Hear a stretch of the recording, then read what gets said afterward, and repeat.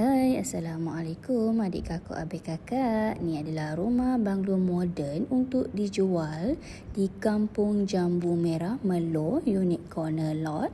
Rumah ni rumah hampir siap dibina, akses mudah dari jalan besar, berdekatan dengan Shippy Farm Frozen. Rumah ni berkeluasan 1528 kaki persegi dengan keluasan tanah 5650 kaki persegi. Ada 4 bilik tidur dan 3 bilik air, status freehold Rizab Melayu. Rumah ni diberi percuma lampu kipas, pintu jenis security door 2 daun, tabletop dapur, lantai fully tiles, fully ceiling kapur.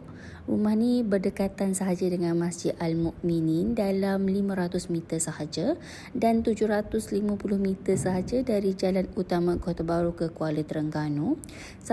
1.7 km sahaja ke Masjid Andalusia yang viral tu. Okey, dan sekolah dalam 2.4 km sahaja, SK Padang Kala dan SMK Padang Kala serta SK Seri Melo dan SMK Melo.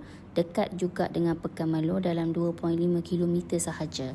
Okey, harga rumah ni adalah RM435,000 sahaja. So, sebarang pertanyaan atau nak tahu details lebih lanjut boleh hubungi Nadia. Terima kasih.